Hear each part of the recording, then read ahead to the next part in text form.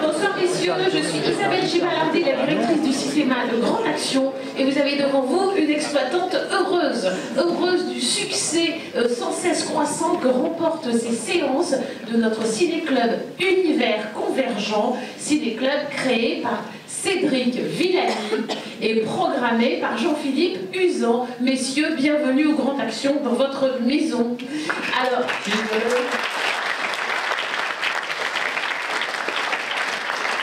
Cédric Villani, vous le connaissez tous, vous savez à quel point on en est tous fiers de notre mathématicien, titulaire de la médaille Field. Donc Cédric dirige de main de maître l'Institut Henri Poincaré. Jean-Philippe Usan est physicien, théoricien, cosmologiste et donc directeur adjoint de l'IHP. Et donc ces séances ont pour but de faire rencontrer les grandes problématiques scientifiques et le cinéma, et surtout de sortir de l'université pour venir parler de sciences ailleurs. On a un programme très chargé, donc je vais rapidement laisser la parole à Cédric et Jean-Philippe. Merci Isabelle. Une introduction toujours aussi enjouée et radieuse. Je ne suis pas surpris qu'il y ait autant de monde pour cette séance. C'est la séance qui a remporté le plus de succès. On comprend bien, parce qu'il y avait la nouvelle ce matin dans les journaux. Ça faisait une pleine page ce matin dans le journal où j'étais, dans le journal du coin à Luxembourg. Georges Clooney va peut-être se marier. Et alors, on passe avec ça dans Non, c'est avec une avocate et tout ça. Et dans les journaux, on en parle. Donc c'est normal qu'en programmant un film avec Georges Clooney, on attire autant de monde. Alors, plus sérieusement, la séance qui vient parle de voyage dans l'espace. Quelque part, c'est un thème qui est dans la droite ligne de ce qu'on a vu jusqu'à présent. On a passé dans l'ordre Agora, où il était question quelque part d'espace, puisqu'il y avait tout le problème des trajectoires des planètes qui se posaient, même si c'est dans l'Antiquité. Contraste et sédissant entre la façon dont on appréhendait l'espace à ce moment-là, il y a presque 2000 ans, et maintenant, comme on va le voir. On a vu le voyage fantastique. Alors, le voyage fantastique, c'était un voyage dans un univers qui était un univers microscopique, mais qui paraissait comme un monde complètement distinct du nôtre, et un monde dans lequel les lois de la physique étaient différentes de celles dont on a l'habitude, avec le poids extrêmement important des forces de capillarité, des choses comme ça, un monde dans lequel la gravité n'a pas le même rôle que celui dont on a l'habitude. Et là, c'est pareil, on va se placer dans un monde où la gravité a disparu d'un certain point de vue. Toutes les lois de la physique et toutes nos sensations vont être modifiées. Et il y a une sorte de parallèle qu'on peut faire, sauf qu'on va évidemment dans un monde qui existe vraiment. Et en troisième, on avait vu Bienvenue à Gattaca, et là aussi, il était question de voyage dans l'espace, c'était même toute la trame. Est-ce que le héros, malgré son code génétique non optimisé, va réussir à partir dans l'espace? Alors aujourd'hui, on va voir des vrais humains partant pour de vrai dans l'espace avec la technologie actuelle, et quelque part, ça va compléter le tableau par rapport aux différents films qu'on a déjà vus.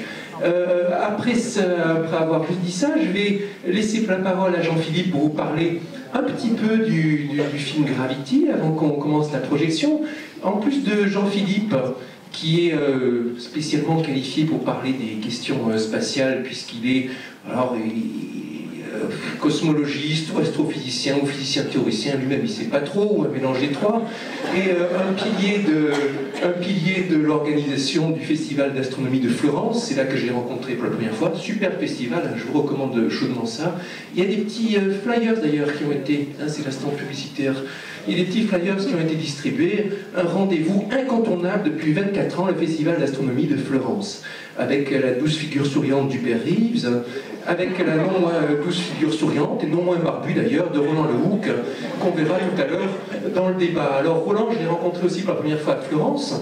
Il avait fait un exposé sur Avatar, et qu'est-ce qu'on peut dire de la physique d'Avatar, qu'est-ce qu'on peut apprendre comme physique en regardant Avatar. Et il s'est fait une sorte de spécialité d'expliquer certains problèmes des phénomènes physiques de manière assez passionnante et très attractive à partir d'un film de fiction. Et qu'est-ce qui est réaliste, qu'est-ce qui l'est pas, mais au-delà de cette question, qu'est-ce qu'on peut dire sur la physique de ce qu'on connaît, de ce qu'on ne connaît pas. Et donc tout à l'heure, il sera un intervenant particulièrement qualifié. Alors Roland est en poste au CEA, et lui aussi l'un des piliers de l'organisation de ce festival de Florence. Et puis on aura aussi donc Jean-François Clairvoy, astronaute de l'Agence spatiale européenne. Nous aurons tout loisir de converser avec lui sur son expérience par rapport à ce film, son ressenti, comment la réalité se confronte avec le film et ainsi de suite. Voilà, Jean-Philippe, quelques mots sur le film? Oui, juste quelques, parce que tu as déjà beaucoup parlé. Donc, Gravity, vous en avez entendu parler, il est sorti l'année dernière, le métro était plein de ces affiches Gravity, on nous disait que finalement c'était le meilleur film publicitaire pour la NASA, ou le film que la NASA aurait dû faire. Donc peut-être que Roland aura un avis là-dessus, est-ce que la NASA aurait dû faire ce film, et s'il l'avait fait, si elle l'avait fait, elle aurait-elle fait de la même façon? Il n'y avait pas George Clooney, mais voilà. Donc c'est un film qui a eu beaucoup de succès, en particulier à cause de ses acteurs, ses effets spéciaux.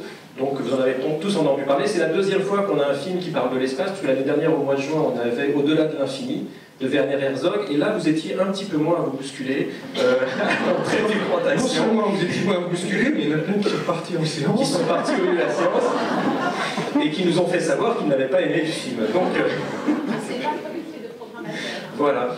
Non, mais c'est intéressant de voir la réaction. Donc là, pour Gravity, vous savez à quoi vous attendez. Vous en avez probablement tous vu des images dans la presse ou sur Internet, ou même peut-être déjà vu au cinéma. Donc je ne vais pas trop en dire sur le film. Il n'y a que deux acteurs, et vous les connaissez très bien. Et le réalisateur, Alejandro Cuarón. Alors il y a un petit truc, si vous regardez sur Internet, vous allez voir un moment dans le film, il y a un discours avec un Esquimau là, qui joue avec sa radio. Et son fils a fait un petit court-métrage qui se trouve sur YouTube, où en fait il a ce qui se passe sur Terre au même moment. Voilà, donc c'est un clin d'œil du fils au père, que je trouvais assez sympa, qui a fait un peu le buzz il y a quelques mois. Donc voilà, si vous ne l'avez pas vu, allez le voir. Et puis je pense qu'on continuera l'année prochaine avec des films sur l'espace, on en a, mais je pense qu'on va chercher des choses beaucoup moins évidentes que celle-ci. Voilà. Roland? Une question, combien de personnes n'ont pas encore vu le film? Ah, extraordinaire! Super! Alors, bonne découverte à tous.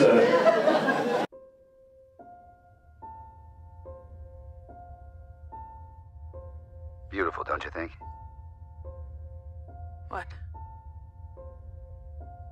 The sunrise. Terrific.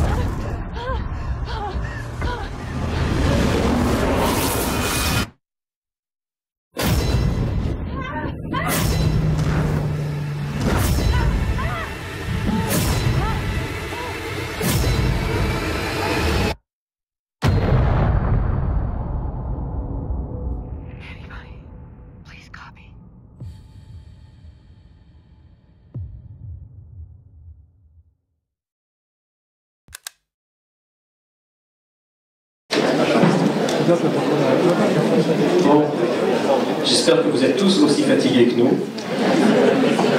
Ça fatigue dans l'action. Donc on va demander, je pense que pour commencer, dans se lancer doucement, demander un peu à Jean-François qui lui est allé dans l'espace, qui a fait comme George Clooney, là, comme ça, qui nous raconte un petit peu son ressenti par rapport à ce qu'il a vu et par rapport à finalement ses sensations dans l'espace, parce que je pense que ça doit être quelque chose d'assez extraordinaire à vivre. Donc je te laisse la parole. Bon, très succinctement, parce que je peux en parler pendant des heures, mais pour moi, l'expérience sensorielle, c'est-à-dire acoustique, visuelle, c'est exactement ça. C'est-à-dire que dès la première image, la première fois que j'ai vu le film, quand le son qui est monté très haut s'arrête soudain comme la Terre, je me dis, mais c'est mes images. Et alors, je ne savais pas du tout que c'était au sujet de Hubble. On voit la navette arriver, on voit Hubble, je me dis, mais mon troisième vol, c'était comme ça. Exactement ça. Je m'y croyais totalement. Alors bien sûr, dès qu'on entend George Clooney avec son rôle d'étroit, là, ça me dit, bon, c'est pas comme ça. Hein, mais en tout cas, le contraste, l'éblouissement, le ciel qui est noir en plein jour et qui permet de voir les étoiles de nuit lorsqu'on n'est pas entouré de lumière qui ferme la pupille, c'est exactement comme ça. La Terre, la beauté de la Terre de jour, de nuit, le sol, les couchers, levées de soleil toutes les 45 minutes. Alors moi, j'ai des souvenirs très précis de la Terre, donc je reconnaissais des paysages recréés. Je ne sais pas si vous avez reconnu l'Italie, Cuba, Bahamas, le Yucatan, et le scénario.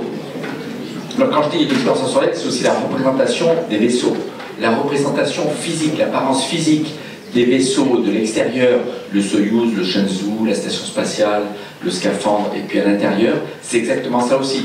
Il y a quelques petites déviations volontaires faites par Alfonso Cuarón pour l'histoire. Par exemple, dans le Soyouz, il n'y a pas de porte sur le côté, mais on pourrait en faire une. Ça respecte les lois de la physique, c'est pas... Et le scénario, si on découpe en tranches individuelles, il y a plusieurs éléments. Ça s'est passé comme ça. Le feu dans Mir, c'était comme on le voit dans l'ISS, en 97. Il y a des éléments, ça s'est pas passé comme ça, mais si ça devait arriver, ça serait comme on le montre dans le film. Et puis il y a quelques éléments, ça peut pas arriver comme ça. Mais bon, par exemple, juste un détail, les débris, c'est un vrai danger. On a une chance sur 300 d'y laisser sa peau, hein, c'est le calcul. Mais si un satellite explose, ça part dans toutes les directions. Si on a la malchance qu'il y en ait un qui arrive dans notre direction, il peut créer la même catastrophe, à lui tout seul. Mais il n'y a pas un nuage qui vole en formation relativement à nous. Si on a la malchance d'avoir un débris qui va nous détruire, ça peut arriver, ça crée le même dégât, mais il n'y en a qu'un seul. Et on ne le voit pas, parce que ça voyage à plusieurs kilomètres par seconde relativement à notre vaisseau. Mettons 10 km par seconde, ça veut dire qu'il y a une seconde, le débris mortel, il est à 10 km, on ne le voit pas. Il y a une demi-seconde, il est à 5 km. On ne le voit pas. Donc, on voit jamais des trucs qui brillent et qui arrivent. Vous voyez, s'il y a un débris dangereux, bah, on va le voir qu'au moment où il fait péter quelque chose sous nos yeux, éventuellement nous-mêmes. Mais bon, c'est un détail, mais on pourra en reparler. Voilà. Donc, ce que je vous dis, c'est l'expérience sensorielle. Si vous avez l'occasion, certains d'entre vous, de voir le film en IMAX 3D, tourné par les astronautes en vrai sur la dernière mission d'entretien du télescope spatial Hubble, ça s'appelle Hubble 3D. Commenté par Leonardo DiCaprio. Vous reconnaîtrez les mêmes images, exactement les mêmes. Il faut chercher en IMAX où est-ce qu'il passe à Toulouse, je pense à la Cité de l'Espace. Voilà, et scénario, on pourra en parler, il y a une déviation très très grossière, on en parlera. Il y a quelques petites déviations volontaires, par exemple Sandra Bullock qui enlève son scaphandre, et elle est en short et t-shirt. Heureusement qu'on porte une combinaison de refroidissement en liquide, sinon on suffoquerait de la propre chaleur produite par notre métabolisme dans l'enceinte fermée qui est le scaphandre. Voilà. Et puis il y a quelques petites erreurs. Je suis surpris que le réalisateur n'ait pas été conseillé pour les éviter. On en parlait, c'est à la fin, quand elle rentre dans le Soyouz, quand elle rentre dans l'atmosphère. Donc il y a une résistance de l'air, donc elle est plaquée sur le siège, mais le casque il devrait être plaqué aussi, la petite sangle qui flotte à côté aussi. C'est un petit détail. Voilà. S'il avait pris ses conseils, c'est aurait été des efforts de post-production pour faire tourner le casque en dépit de la pesanteur terrestre. Il aurait gagné des sous à poser le casque par terre. Et quand je disais, c'est là où c'était normal. quand je parle d'expérience sensorielle, j'inclus les mouvements, y compris la pesanteur. C'est exactement comme ça. Moi, j'ai vraiment l'impression qu'il a modélisé mathématiquement, numériquement, chaque objet qui flotte individuel et il leur a appliqué les lois de la physique. Rarement, les lois de la physique ne sont pas respectées dans le film. Par exemple, quand la porte du SAS s'ouvre à deux reprises, une fois de l'ISS, une fois de Tiangong, s'il y a de l'air dedans et que la porte s'ouvre vers l'extérieur, ce qui est une aberration de faire ouvrir la porte vers l'extérieur, mais les Russes l'ont fait. Et les Russes ont eu une fois un incident où ils ont ouvert la porte, ils ont relâché les verrous, les crochets qui retiennent la porte un peu trop tôt. Il restait une différence de pression de quelques millibars, je crois de 10 ou 20 millibars, et ça a suffi pour faire chuter la porte à tel point que les gonds ont été voilés. Ils n'ont pas pu la refermer quand ils sont revenus de leur sortie dans l'espace. Heureusement, ils avaient prévu le deuxième volume derrière comme sas de secours. Et c'est un équipage, 1 an et demi plus tard, qui est allé réparer les charnières de cette porte pour qu'elle puisse servir de nouveau. Alors justement, tu parles des lois de la physique qui sont ici bien respectées. Effectivement, le film a été quasiment entièrement tourné soit en images de synthèse, soit avec des robots apparemment pour guider les mouvements des acteurs dans les scènes d'intérieur. Il y a eu genre 3 années juste de développement d'effets spéciaux, suivi de 4 années de production, donc c'était vraiment le marathon. Alors Jean-Philippe, il aime bien dire que justement dans l'espace, c'est là que les lois de la physique sont respectées, au sens où normalement dans la vraie vie, ce qu'on apprend à l'école, c'est pas vrai. Quand on pousse un machin, il ne suit pas les lois de Galilée qui disent qu'il devait suivre un mouvement rectiligne uniforme, parce qu'il y a du frottement qui le force à s'arrêter, sauf dans l'espace, et là on voit bien, hein, quand aucun moyen d'arrêter le mouvement rectiligne uniforme si on est parti. Oui, alors ça me permet de faire juste un petit aparté, parce que s'il y a une chose que j'aimerais que vous reteniez à côté du film, c'est ce qu'est l'impesanteur. Il y a beaucoup d'idées reçues sur le phénomène d'impesanteur. L'impesanteur n'est pas produit par le vide. L'impesanteur n'est pas l'absence d'attraction gravitationnelle terrestre. L'impesanteur, c'est l'état d'un corps qui n'est soumis qu'à son poids. Si vous lâchez un objet et qui se met à tomber vers le centre de la Terre, dans le vide, pour pas qu'il y ait de résistance de l'air, eh bien, il est en impesanteur. La sensation que vous pesez quelque chose, vous ne l'avez uniquement parce qu'il y a des forces. Le coussin sur votre siège qui vous empêche de tomber vers le centre Terre, qui exerce une force de contact ou de surface sur votre corps. Donc l'impesanteur, on peut la créer là, dans cette pièce. Je saute pieds joints, je vais tenir le micro dans ma main en bloquant mon bras et sans faire ce geste. Vous allez voir, le temps où mes pieds ont décollé du sol, je suis exactement dans le même état d'impesanteur que les astronautes dans l'espace. Et tu vois, Jean-François, quand je descends, le micro, il reste au-dessus de ma main, il descend avec moi. Voilà. Donc si vous voulez être en impesanteur, vous sautez pieds joints et... Elle est très belle, ton expérience. C'est une des plus belles expériences de la physique. Quand j'ai rencontré Roland, il y a presque 15 ans, quelque chose comme ça, oui, on parlait de la chute libre. Tu m'as dit, c'est pas la chute qui est dangereuse, c'est l'arrêt de la chute. Parce qu'en fait, la chute, c'est vraiment le mouvement naturel dans l'espace. Et en fait, ce qui est non naturel, c'est le fait qu'on passe pas à travers les choses sur lesquelles on est assis. Et ça, c'est une autre loi de la physique, hein, c'est autre chose. Il y a 28 ans, j'ai introduit en Europe les premiers vols dits paraboliques. Vous en avez peut-être entendu parler. C'est des vols en avion avec lesquels on décrit des montagnes russes et on fait croire à l'avion qu'il est dans le vide. Par un pilotage particulier, on fait que toutes les forces aérodynamiques sur l'avion, qui sont là, on ne peut pas les enlever, mais quand on les additionne, elles s'annulent mutuellement, il ne reste plus que le poids. Et quand vous prenez un objet et vous le lancez en l'air, il décrit ce qu'on appelle en mathématiques une parabole. Et donc on fait ça aujourd'hui avec l'Airbus 0G. Je préside la société qui est propriétaire de cet avion et qui crée des phases d'impesanteur de 22 secondes d'affilée, et on fait ça 30 fois par vol. Voilà, mais on va en reparler. C'est juste un petit aparté sur l'impesanteur.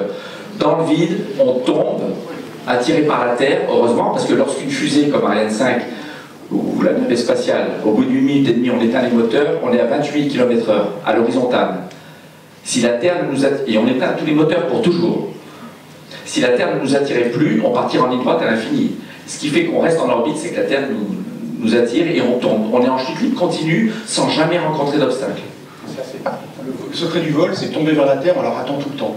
Vu d'ici, c'est pas facile, mais quand on a la bonne vitesse et la bonne altitude, c'est bon, on peut le faire. Il faut la rater tout le temps. Jean-François, est-ce qu'on peut parler de la préparation justement pour ce genre de milieu hostile, préparation physique, préparation mentale? Alors, la préparation, comme disait John Young, c'est prepare for the worst and hope for the best. On passe environ 70% de notre temps en simulateur à répéter les phases de vol, dont les plus critiques sont celles où on accumule, où on se débarrasse d'une quantité énorme d'énergie. Pour vous donner une idée, la puissance des moteurs de la navette spatiale, quand elle atteint le maximum 2 minutes après le décollage, c'est 45 gigawatts.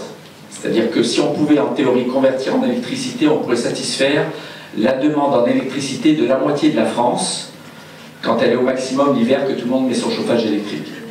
Imaginez la moitié de la France éclairée, chauffée, les usines, les particuliers, tout compris, par l'électricité produite par les moteurs de la navette spatiale.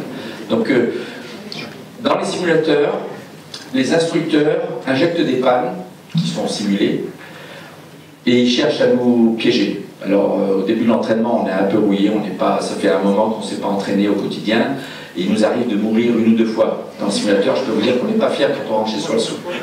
Alors, 1 fois dans mon premier vol, 2 fois dans mon deuxième et 0 dans le troisième.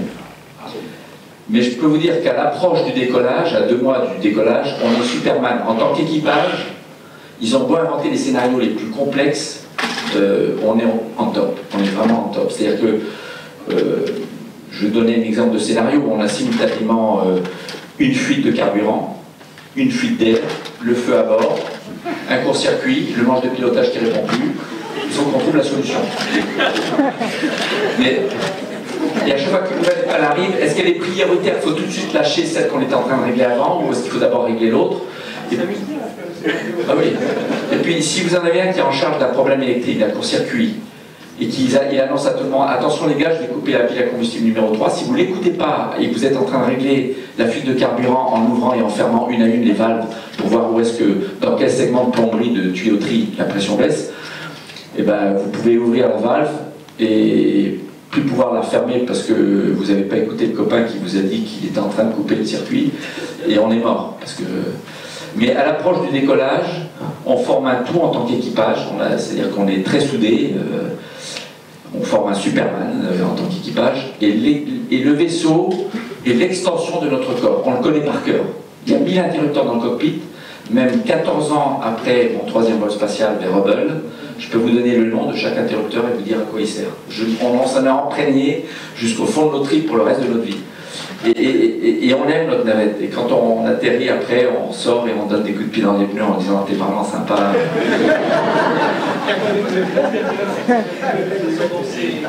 La façon dont c'est meublé, disons. Oui, alors l'anecdote c'est que j'avais vu le film 3 fois, et puis un matin, ma collègue au bureau me dit Jean-François, j'ai pensé à vous hier soir, je suis allé voir le film Gravity et j'ai vu votre Rubik's Cube. Parce que j'avais montré à mes collègues de Novespace, qui font ces vols paraboliques, le film de mon 3e vol, et j'ai amené le Rubik's Cube dans mes 3 vols spatiaux. Et je suis le seul astronaute qui a amené le Rubik's Cube dans l'espace. J'aimais bien tester mon cerveau le soir avant de me coucher, donc je faisais mon petit. Et puis, j'ai vu le Rubik's Cube, j'ai dit, ah, je ne l'ai pas vu. Alors j'ai fait attention la 4e fois, et dans le cockpit de la navette spatiale, je ne sais pas si certains d'entre vous le repérez, juste avant le petit personnage... Voilà, c'est le Martian Parsdony qui sort par un hublot qui est défracturé. Juste avant, on voit le Rubik's Cube qui passe. Alors j'ai demandé à Alfonso Cuarón qu'est-ce qui lui avait donné l'idée.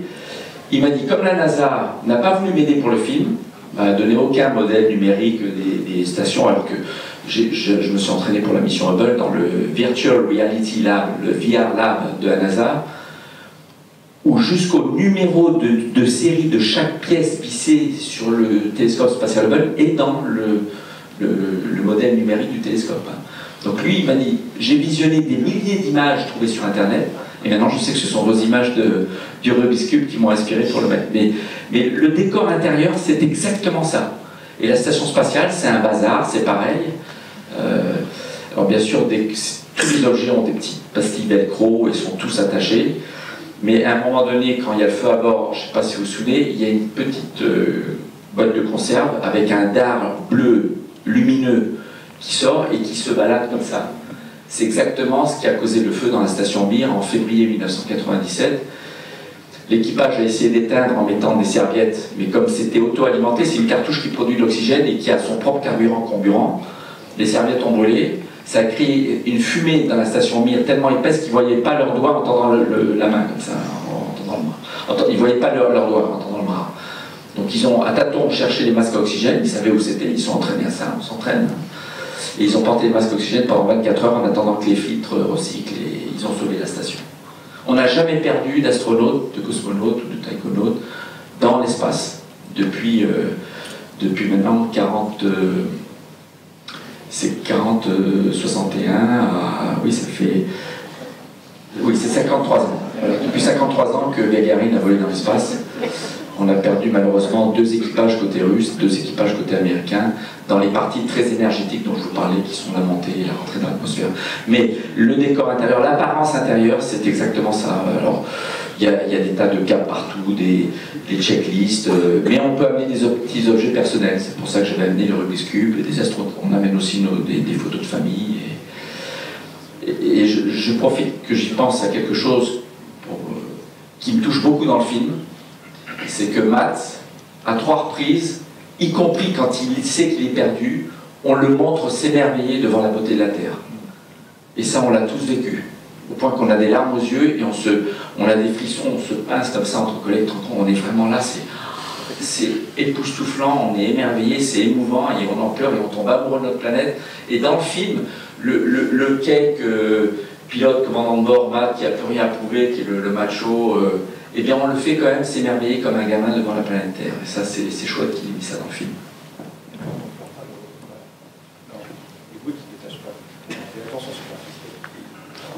Les gouttes, elles restent collées, mais si on secoue, elles partent.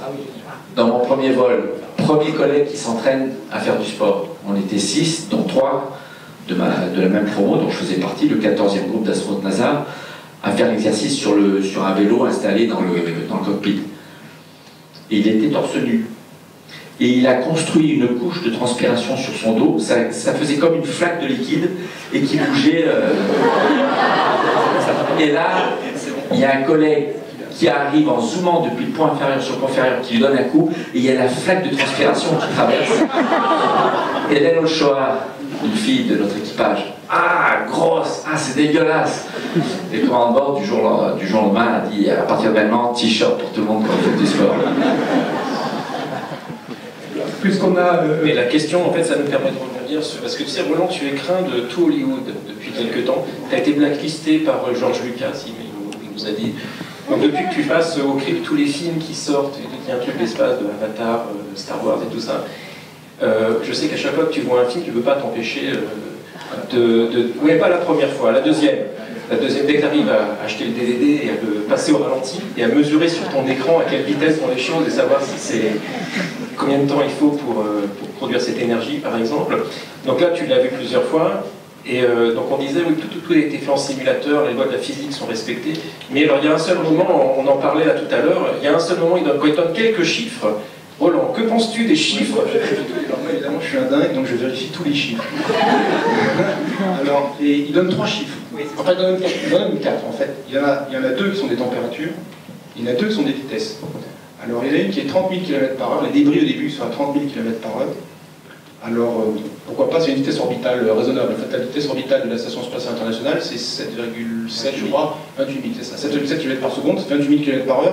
Donc là, les débris, on apprend qu'ils sont finalement la même vitesse orbitale que la Station Spatiale Internationale. 8 km, ça fait 8 km par seconde. Par seconde, ouais.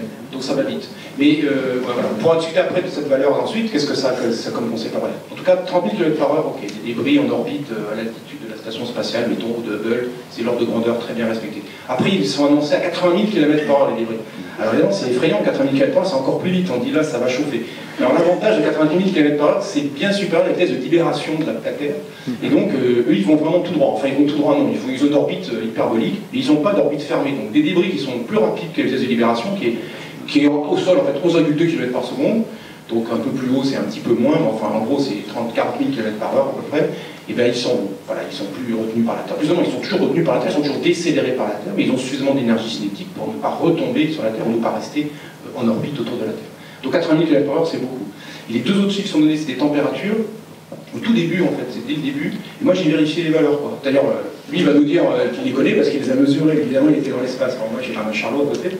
Mais moi, je les ai calculés. J'ai dit, alors, 125 degrés Celsius, il dit entre 125 degrés Celsius et moins 100 degrés. Alors, d'abord, ça pose une question sur c'est quoi la température quand on est dans le vide. Parce que la température de l'air, je comprends bien ce que c'est. Je suis en train de mettre dans l'air, c'est bon. Mais dans le vide, la température du vide, c'est rien. Donc, ce que va mesurer le thermomètre, si on le mettait dans le vide, c'est il reçoit de l'énergie de l'extérieur, en l'occurrence la lumière du soleil, ou lui-même, s'il en a un peu, il va la rayonner, donc il va se mesurer lui-même, ou il va mesurer aussi, il a un bilan d'énergie finalement, il reçoit de l'énergie de l'extérieur éventuellement, et il en perd parce qu'il est chaud, il a une certaine température, donc il va rayonner. Et le bilan de ça, ça fera la température d'équilibre éventuellement du thermomètre. Et c'est pas la température au sens le vide qui est autour de nous. Alors les 125 Celsius, d'où ils viennent? C'est très simple. Alors pour ceux qui savent, ils pourront suivre le calcul, pour les autres, ils nous font confiance. Quand on est à la distance de la Terre par rapport rapport au Soleil, donc à 150, un peu moins à 150 millions de kilomètres, 250 millions de kilomètres, on reçoit du Soleil 1360 watts par mètre carré, ce qui n'est pas négligeable. Et bien si vous prenez un corps parfaitement absorbant, perpendiculaire au rayon du Soleil, qui reçoit 1360 watts par mètre carré, sa température d'équilibre c'est 125 degrés Celsius. Et maintenant, si ce corps n'est pas parfaitement absorbant, s'il réfléchit un peu de la lumière, par exemple, c'est une combinaison blanche. Alors je vous ai dit, quelle fraction d'énergie il doit réfléchir et quelle fraction il doit absorber pour être à moins 100 degrés? Eh bien, il doit absorber 4%, réfléchir 96%.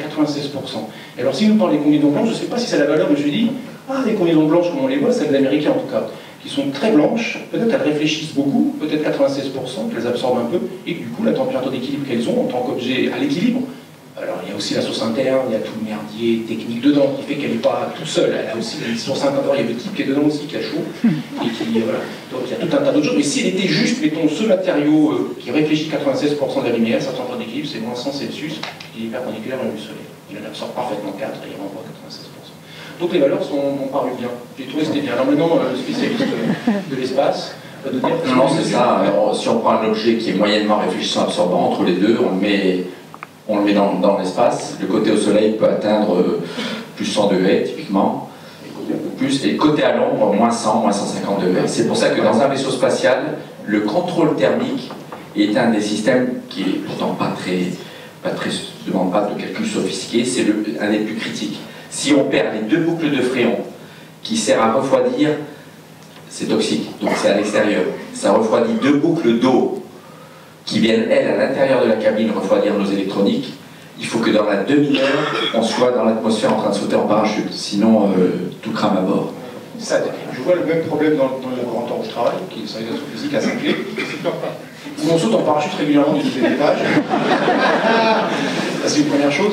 Mais il y a une autre chose, c'est que dans ce laboratoire, qui est un laboratoire qui fabrique des expériences, pas des expériences, des éléments d'observatoires spatiaux, et toute l'ingénierie spatiale, pour un objet il n'y a pas d'humain là pour le coup, mais on a un télescope, on a une ingénierie d'électronique par exemple qui peut chauffer, et bien c'est pareil. La mécanique, la déformation de l'objet qui est d'un côté au chaud, d'un côté au froid, c'est-à-dire d'un côté chaud, d'un côté froid, qui lui-même produit de la chaleur parce qu'il est électronique, et qui peut éventuellement tourner, donc il est éclairé ou pas régulièrement, et puis il se déforme parce qu'il est chaud là, il est froid là, et puis etc. C'est un truc de fou. Et c'est déjà compliqué alors qu'il n'y a même pas des humains dedans. C'est le cas de Hubble. La raison pour laquelle les 3 sorties dans l'espace lors de notre mission ont duré 8h30, donc plus de 8 heures, au lieu de 6 heures prévues, c'est parce qu'on a mis plus d'1 heure à chaque fois à refermer les portes. Les portes avaient gondolé depuis 15 ans ou 17 ans que le télescope avait été lancé dans l'espace. Non, c'était pas non, depuis 7 ans. Il avait été lancé en c'est comme elle a là, quoi, finalement. Et donc, pendant qu'il fermait en haut, ça se redécollait en bas. Donc, il a fallu trouver un stratagème avec un gars en bas, un gars en haut. Et là, on commence à s'inquiéter parce que quand on arrive à 8 heures dans le scaphandre, on commence à arriver proche des limites en oxygène, en électricité, les batteries, mais en premier, le filtre chimique d'absorption du gaz carbonique. Et Claude Nicollier, un astronaute suisse qui était à l'extérieur, il a eu un problème de capteur, mais il ne savait pas au début. Alarme au niveau de CO2 dans le scaphandre. Et il tenait dans sa main un senseur de guidage fin. Parce que le télescope spatial Hubble, pour faire du pointage fin, il utilise des suiveurs d'étoiles, si je peux dire, mais qui sont très gros, qui font 200 kg, la taille d'un petit piano. Et c'est la seule fois qu'il a tenu dans la main un objet qui n'était pas sécurisé par un filin. Mais bon, il sentait bien, il nous dit, vous inquiétez pas, je me sens bien. Et puis l'autre est arrivé et a lu ses readings, comme on dit, là, sur le petit écran. Et puis en suivant la checklist, on a fini, qu'il a sur le poignet, on a fini par conclure que c'était un défaut de capteur. Pour le télescope, juste un détail, dans le film on voit des étoiles.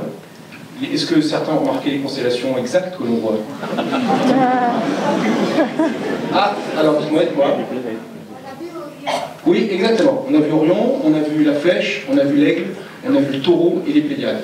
Voilà. Et peut-être d'autres que j'ai ratés parce que j'ai pas regardé tout ça. Quand j'ai vu les 3 étoiles, moi je vu les détails maintenant. Vous avez regardé l'action, moi j'ai regardé les détails. Et donc même les étoiles, elles sont justes. C'est pas plus compliqué de faire juste que parfois le catalogue des étoiles est bon. Et ils ont bien acheté. Et même ça c'est juste. Hein. Enfin en tout cas les constellations, ils ont fait 5 constellations justes. Alors ils ont dû faire le restage. Le passage au-dessus d'Égypte, la mer Rouge de nuit, c'est exactement comme ça, c'est vraiment très très bien fait. Est-ce qu'on peut Jean-François, tu peux nous dire juste quelques minutes sur le programme Hubble et quel était le rôle des sorties dans l'espace dans ce cadre-là? Alors, Hubble, je vais laisser mon ami en parler sur la paix scientifique. Cela dit, sur les 1, 2, 3, 4, 5 missions habitées vers Hubble, la nôtre c'était la 3e et c'est la seule où on est allé vraiment le réparer. Il était en panne. Les gyroscopes ne permettaient pas de faire le pointage fin, donc il était sur un deuxième ensemble de gyroscopes très grossiers qui sont utilisés sur les tanks américains, hein, qui permettaient juste de rester grossièrement pointé vers le soleil pour maintenir les batteries chargées.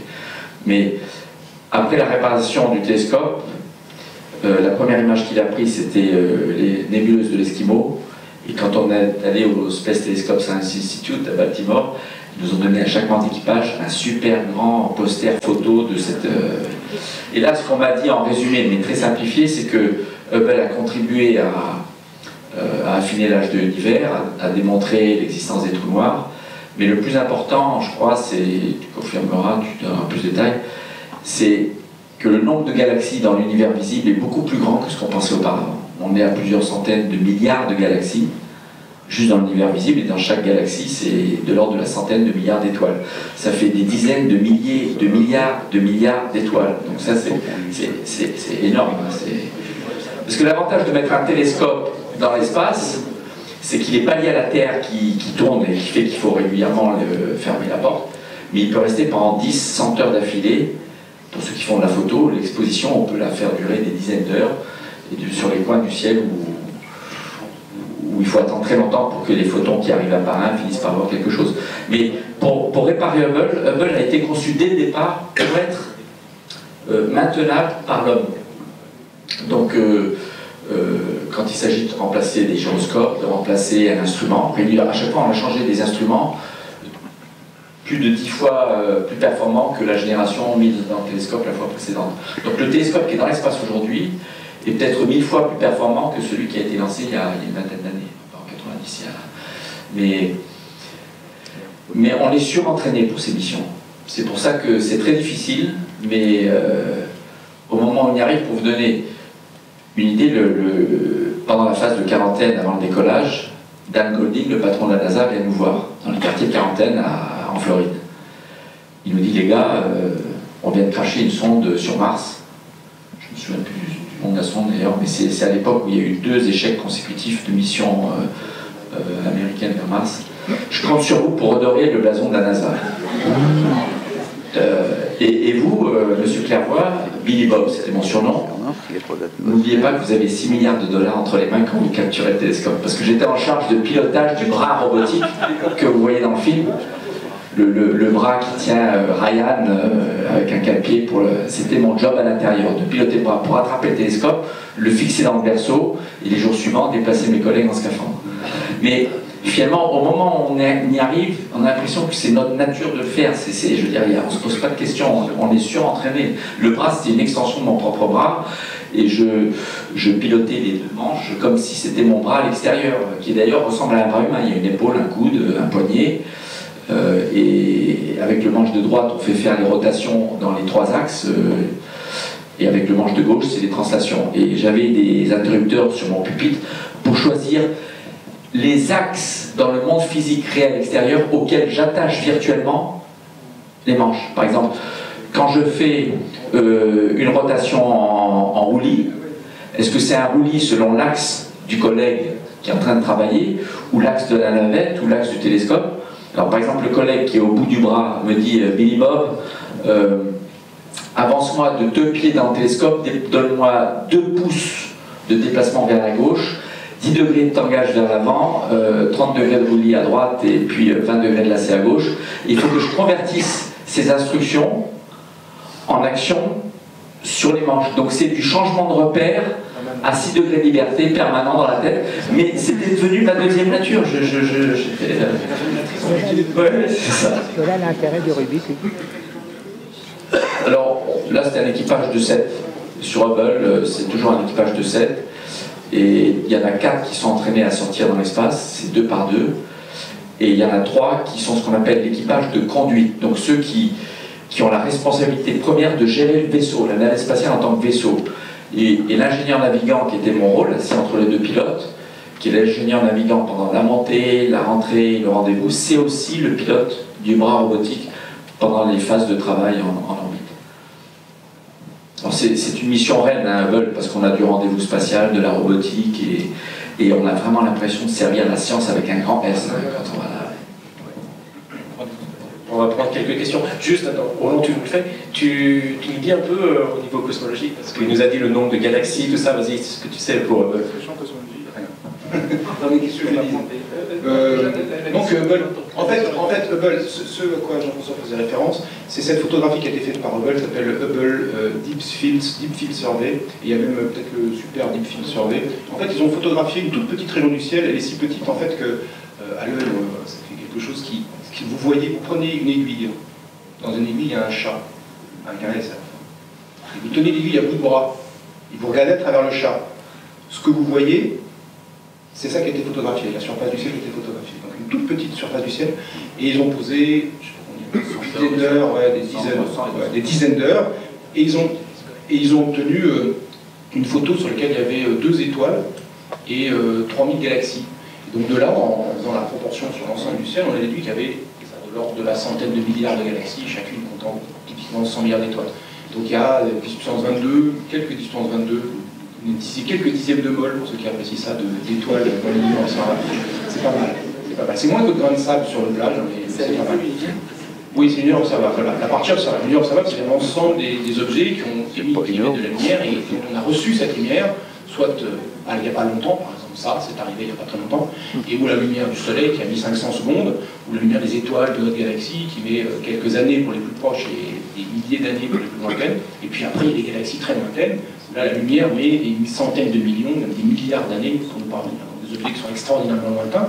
Et comme ils sont lointains, ils sont extrêmement faibles, très peu lumineux, et donc ils font un engin qui peut capter cette luminosité. Parce qu'il faut réaliser qu'un télescope, son but premier, c'est pas de grossir, c'est de capter de la lumière, de faire une manière d'entonnoir à lumière. Comme pour remplir, vous voulez remplir cette bouteille d'eau avec de l'eau, bon là c'est pas la peine, elle est déjà pleine d'eau. Mais imaginons que vous voulez la remplir d'eau, on ne verse pas direct dans le goulot, on met un entonnoir. On peut le faire, on va en perdre. Donc on met un entonnoir qui élargit le goulot et puis on verse dans l'entonnoir.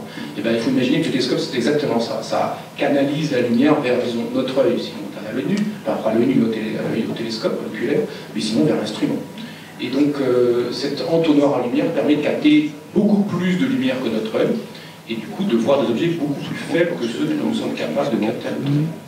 Et le télescope Hubble, il n'est pas très grand en diamètre, il fait 2,40 m de diamètre, donc c'est un petit télescope en réalité. Il y a des télescopes amateurs, il y a plusieurs amateurs dans le monde, des télescopes de 1 mètre au sol. Et les télescopes professionnels, il y en a plus d'une dizaine qui sont 8 mètres et au-delà. Et là, ils sont en train de raser le sommet du mont, je crois que c'est Cerro Paraná, au Chili, pour faire un télescope de 43 mètres. Donc voilà, 2,40 m, c'est juste rien comme taille de télescope, et c'est un avantage considérable, c'est qu'il est dans l'espace, et donc il peut observer 24 h sur 24, premièrement, dépendamment des conditions météo, il n'y a pas de nuages, évidemment, il n'y a pas d'atmosphère aussi, ça c'est un grand avantage, une atmosphère qui fait un filtre finalement, qui amoindrit finalement la lumière qui nous donne les étoiles, notamment elle absorbe tout ce qui est au-delà du bleu, l'infraviolet, dans le violet profond, l'ultraviolet, et puis du côté du rouge, mais de l'autre côté du rouge, il y a l'infrarouge qui est absorbé. Donc Hubble est capable de capter ces lumières-là aussi, et donc d'avoir des objets, de les voir finalement un peu plus brillants qu'ils ne sont vus depuis la Terre, parce que l'atmosphère n'est pas présente pour l'empêcher de regarder. Au final, on a un télescope qui n'est pas finalement perturbé par l'atmosphère, qui peut regarder 24 h sur 24, et donc il y a des performances qui sont maintenant en fait comparables. Les grands télescopes de 8 mètres ont des performances qui sont sensiblement même supérieures à celles d'Hubble. Ils ont un très grand diamètre, ils ont des capacités d'optique adaptatives qui vont compenser les défauts atmosphériques. Ils sont juste embêtés parce qu'il fait jour et nuit. Bon. Ils sont en général au sommet des hautes montagnes pour éviter les nuages, donc ça il y a les télescopes du Chili, par exemple, qui sont des télescopes européens de l'Observatoire européen austral. Il peut observer quasiment 363 nuits par an, quasiment, enfin c'est quasiment tout le temps, tellement le temps est beau fixe tout le temps. Il y a la Lune qui nous emmerde aussi là une fois. Et puis il faut pas les aurores boréales. On voit les aurores boréales dans le film, qui sont très belles. Alors ça j'imagine que les voir du sol c'est déjà tombé raide, de l'espace j'en parle même pas, et ça va être encore plus génial. Mais moi quand j'étais petit, j'en fais toujours de l'astronomie d'amateur, et je me rappelle les astronomes amateurs canadiens, on leur disait « Ah, les aurores boréales, qu'est-ce qu'on aimerait en voir ?» Ils disaient « Ah, putain, on n'en parle pas, c'est chiant comme la mort. Dès qu'il en arrive une, on ne peut plus observer, c'est tout brûlant partout. » Alors, les points de vue sont assez différents selon Et pour terminer sur les dimensions du télescope, donc les proportions sont respectées dans le film. Typiquement, il fait 10 mètres de haut, donc c'est à peu près du plancher jusqu'à peut-être un peu plus haut que le plafond. Le miroir fait 2 mètres 40, donc la structure du télescope c'est de l'ordre de 2 mètres 60, 70 de large. Voilà, donc presque 3 mètres de large et 10 mètres de haut et 11 tonnes. Voilà. Et vous devriez en être fiers parce que c'est un programme en coopération entre l'Agence spatiale européenne, mon employeur, et la NASA. Ça n'est pas un télescope purement américain. Il y a une contribution européenne. Et d'ailleurs, au passage, quand j'avais demandé, lorsqu'on avait visité le centre justement, qui nous remerciait d'avoir réparé le télescope Hubble à Baltimore aux États-Unis, j'ai demandé combien d'Européens utilisaient le télescope. Il se trouve que le temps d'observation mis à disposition des scientifiques n'est pas attribué en fonction de la contribution financière. La contribution européenne à ce télescope, c'est 15% de son développement, de sa fabrication, de sa conception. Mais le temps d'observation est attribué en fonction du mérite scientifique des propositions de recherche faites par les astrophysiciens, les astronomes, etc. Et à l'époque, l'Europe, les scientifiques européens disposaient de 30% du temps d'observation parce qu'on a une communauté de scientifiques. Enfin, la communauté européenne d'astrophysiciens, d'astronomes est au top mondial. Hein.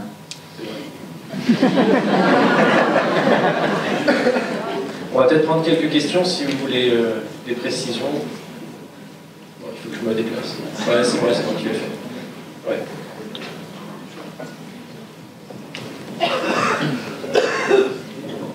C'est une question un peu technique. Je pensais que c'était une incohérence dans le film, mais comme vous ne l'avez pas soulevé, peut-être que je me trompe. À propos donc, des 2 cadavres, je pensais que la dépressurisation allait l'emporter, donc il y avait une implosion avant une congélation du corps, du premier en tout cas, le deuxième je ne sais pas. Du coup je voulais savoir si c'était juste un effet cinématographique ou si c'était plausible. Si un membre d'équipage se trouve près de l'endroit où il va y avoir une ouverture ouverte par un débris, il va être projeté dehors avec le gaz qui sort, évidemment. Mais si la personne est dans un module ou dans un recoin où il y a de l'air qui part de sa gauche vers la gauche et de la droite vers la droite, la personne reste dans le vaisseau. Donc finalement, on voit qu'une personne dans le cockpit de la navette, on en voit un dehors qui était en scaphandre, qui s'est fait percuter par un débris, et en général dans ces missions ils sont 7, donc il y en a d'autres qui ont disparu dont on parle pas. Je crois que la question, c'est quand on voit le débris, le fait que le visage a été traversé, que la coupure est très nette, ça suggère que ça a été congelé avant qu'il y ait eu le... Non, là c'est l'inertie. Le débris passe à plusieurs kilomètres par seconde, il découpe la matière selon son profil. Et le corps est congelé rapidement après. Enfin, Ah non, mais il n'y a pas d'implosion. Non, c'est à l'intérieur du corps que les cellules éclatent et que le sang rentre en ébullition, mais le corps, il reste à peu près... En fait, on peut exploser au vide directement un corps humain quelques secondes, le repressuriser et ça marche. En fait, la théorie, ce que je veux dire, parce qu'il y a peu de gens qui ont subi ça, mais en même temps, ça a été testé sur des singes. On a vu dans des caissons, on a des comprimés violemment, on a vu ce que ça faisait. Dans les premières vols spatiaux, début de l'ère spatiale, on a testé sur des animaux des décompressions violentes, voir ce qui se passait.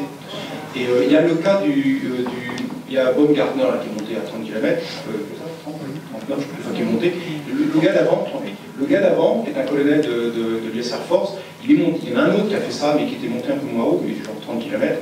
Et lui, il a eu une fuite, il était dans un costume pressurisé, et il y a eu une fuite à sa main. Et il a dit qu'il n'a pas du tout explosé, et que sa main a doublé de volume.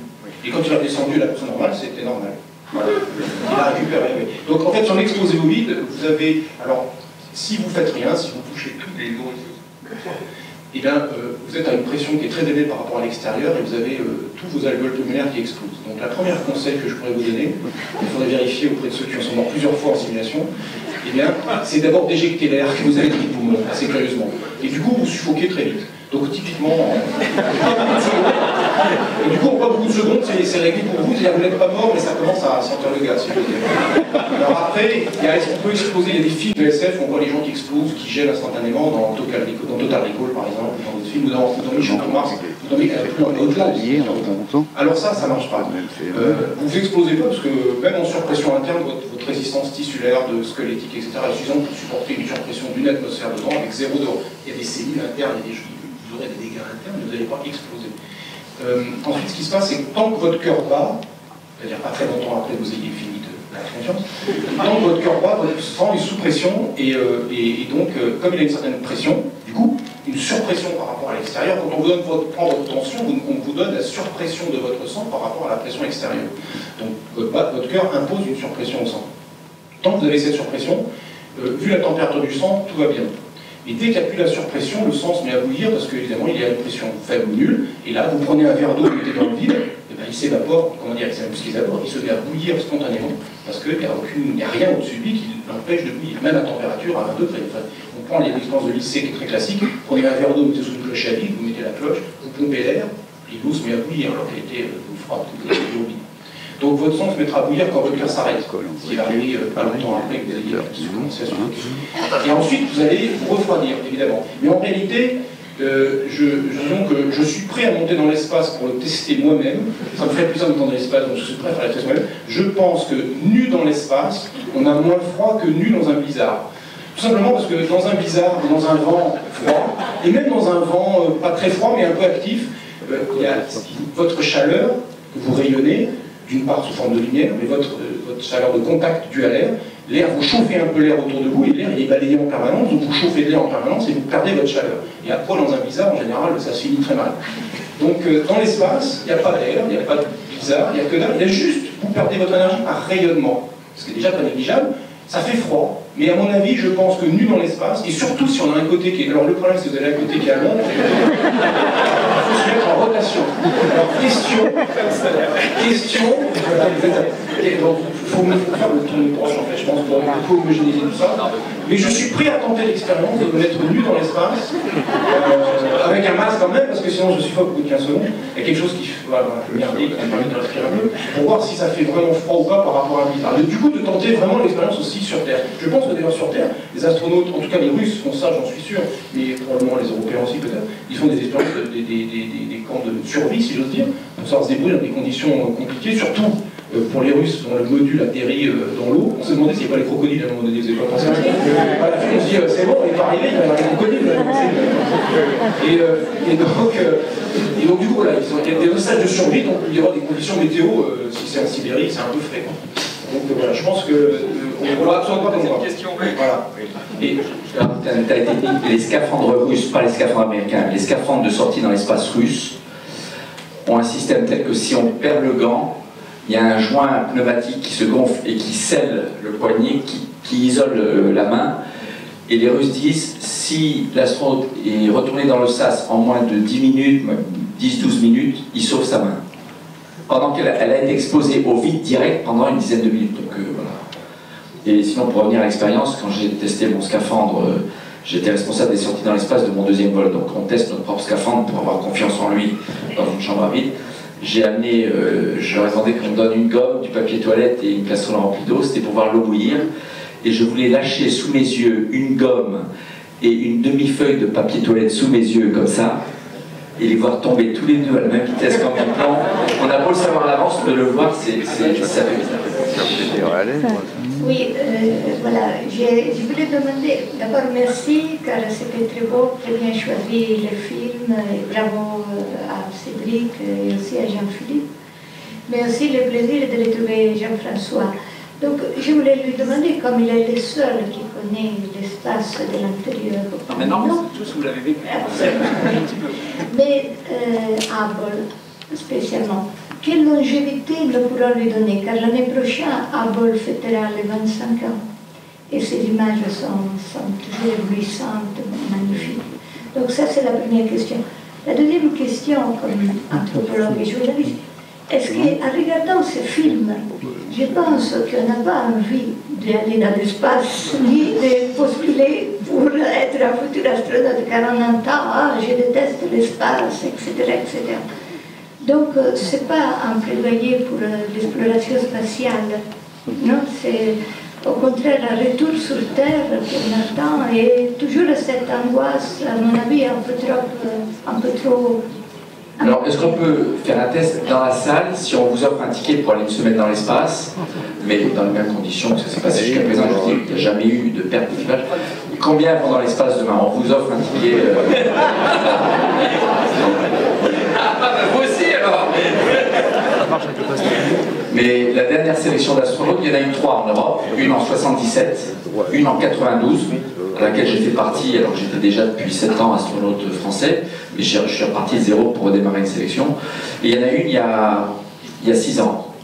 On a eu 10 000 Européens candidats pour en retenir 6 à la fin. Donc il y a de la demande encore. Mais et sinon, la première question, c'était sur le... Oui, Hubble.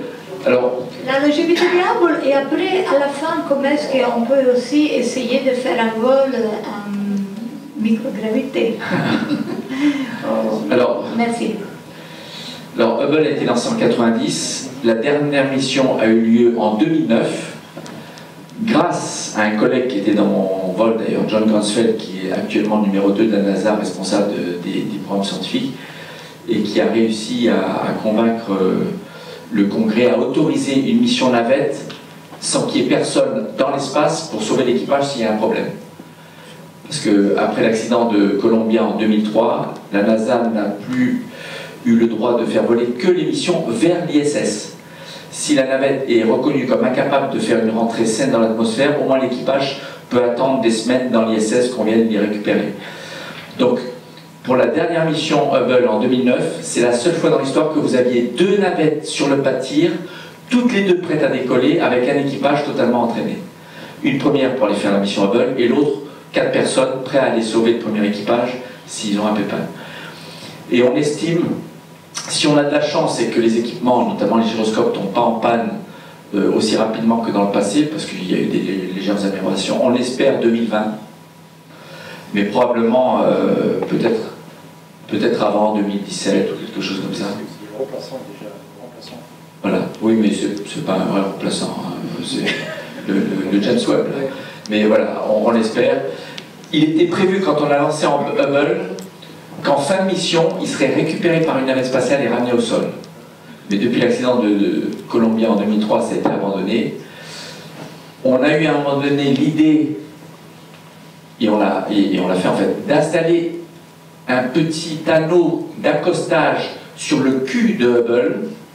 Et dans le film IMAX Hubble 3D, commenté par Leonardo DiCaprio, dont je vous parlais tout à l'heure, si vous regardez, il n'y a pas de commentaire, mais si vous regardez bien, entre le moment où le télescope arrive et le moment où il repart, c'est le film de cette dernière mission 2009, on voit qu'un anneau d'accostage a été rajouté. Pour que, si dans les années qui viennent, on a le budget et les ressources pour développer un petit satellite automatique remorqueur qui va aller s'accoster et qui va piloter la rentrée dans l'atmosphère. Parce que le problème de Hubble, c'est qu'il n'a aucun système de propulsion. Il est en pure chute libre balistique, il peut s'orienter évidemment, mais il ne peut pas corriger son orbite, la montée, la descente.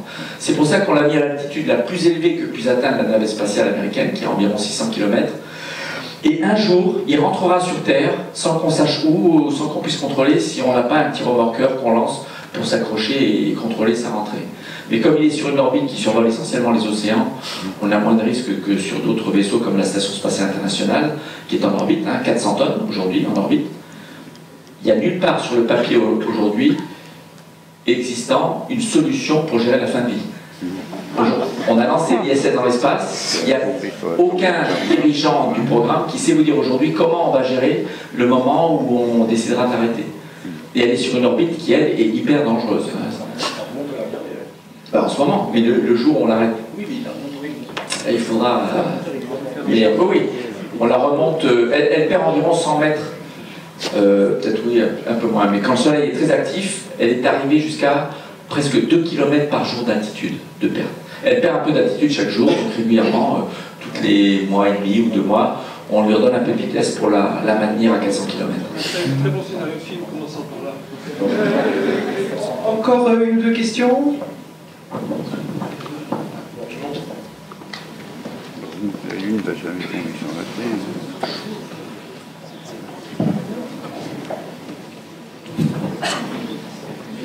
Encore bravo pour cette manifestation. Ma question elle est simple.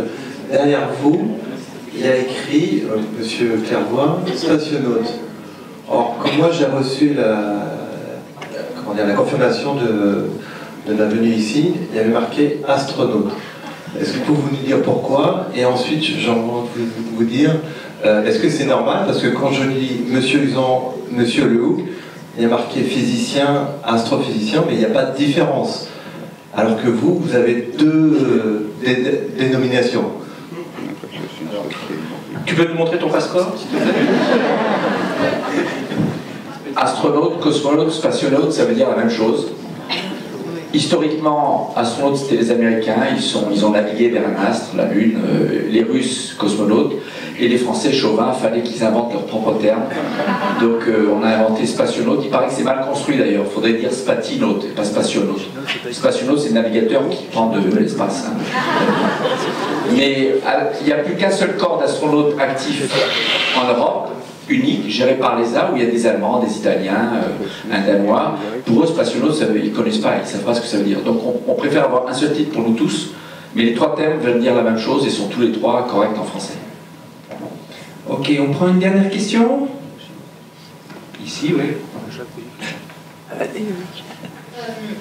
J'avais juste une question, c'était quand le docteur Stone tombe à la fin, il tombe dans l'eau.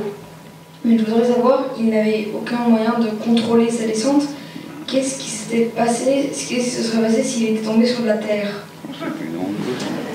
Alors, si tu as bien observé, ou alors tu reverras le film, à environ 3 mètres de la surface de l'eau, les rétrofusées qui permettent de ralentir la chute libre sous parachute à quasiment zéro s'allument.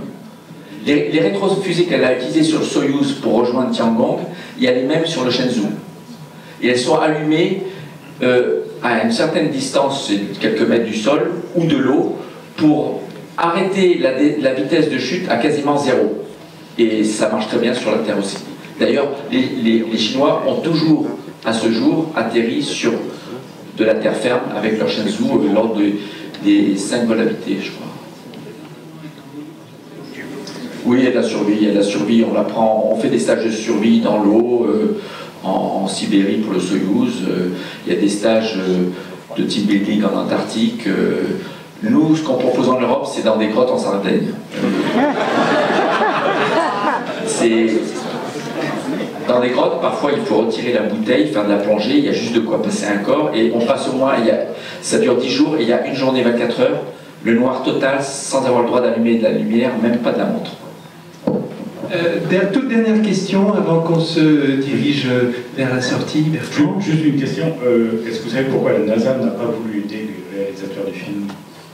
Non, mais je pense qu'ils sont peut-être rendus compte qu'après avoir vraiment aidé Armageddon et Space Cowboys, une fois en sortant du simulateur de mon 3e vol, on tombe sur Clint Eastwood. On a parlé une demi-heure avec lui, il faisait des repérages. Mais ça ne donne pas l'image vraiment pro. Remarquez là, quand on voit George Clooney qui se balade comme ça. Mais après coup, la NASA, une fois que le film a eu les 7 Oscars, la NASA a vraiment eu des critiques très très positives et très flatteuses pour le film. Mais pourquoi avant, je ne sais pas. Je sais pas. On va s'arrêter là. Attends, oh là là. Je les connais, les ultimes remarques, on commence, c'est à quelle heure on finit. Donc juste le point, il y a un autre truc qui fait fantasmer depuis qu'on est gosse, c'est le Houston, quand la radio. Et en fait, l'année dernière, donc c'est juste pour, tu as parlé du festival de Florence où Roland et moi participons tous les ans. L'année dernière, on a eu un contact avec l'ISS qui a duré 8 minutes, je crois. Donc c'est les enfants du festival qui avaient préparé un contact radio. Et donc on a, voilà, avec Roland, tu es bavard. Et donc, on a eu ce contact radio. Et donc, peut-être l'année prochaine, cette année, donc ce mois d'août, on va recommencer ce contact radio avec l'ISS. Et je crois, Roland, que tu vas donner aussi une conférence sur Gravity dédiée, comme tu l'as fait sur Avatar, sur Star Wars, et ainsi de suite. Donc comme tu avais une dernière histoire, tu vois, on va dire que c'est juste pour annoncer ta conférence du mois d'août, du 2 au 9 août. Alors c'est vrai, elle ne dure pas du 2 au 9 août la conférence, c'est le festival qui décide du 2 au 9, et ma conférence, ce sera je ne sais pas quel jour encore. Et oui, ma dernière remarque, c'est vraiment de biologie. Est-ce que vous avez remarqué le message final? Ah, il y a la grenouille. Bon, il y a la grenouille, mais voilà, au niveau de la grenouille, à partir de la grenouille, voilà. Vous avez remarqué un message cryptique là? Hein? Vous avez eu un résumé de l'évolution telle qu'on ne la voit plus. La sortie des eaux, je rampe, je me redresse et je regarde le ciel. C'est peut-être un crypto-message aux créationnistes américains, et c'est pas comme ça que ça s'est passé. Les biologistes sont consternés par ce crypto-message d'évolution en raccourci. D'ailleurs, à un moment donné, l'évolution, bon, bref, j'arrête. La grenouille, elle est dans son élément. Ah non, bah, je parle pas de la grenouille, je parle de la fille. Ah ouais, elle sort de l'eau, là c'est la renaissance, mais c'est aussi, à mon avis, c'est exactement la sortie des eaux, les poissons qui arrivent, qui marchent, parce qu'ils sont sur le bord de la mer, ils marchent, et après, ils se mettent sur la vague, ils se redressent, et après, ils soient. C'est vraiment le petit truc, je pense que c'est vraiment ça, c'est pas une interprétation, mais je crois vraiment que c'est une vision. Je vous encourage à continuer cette discussion avec Roland autour d'un verre.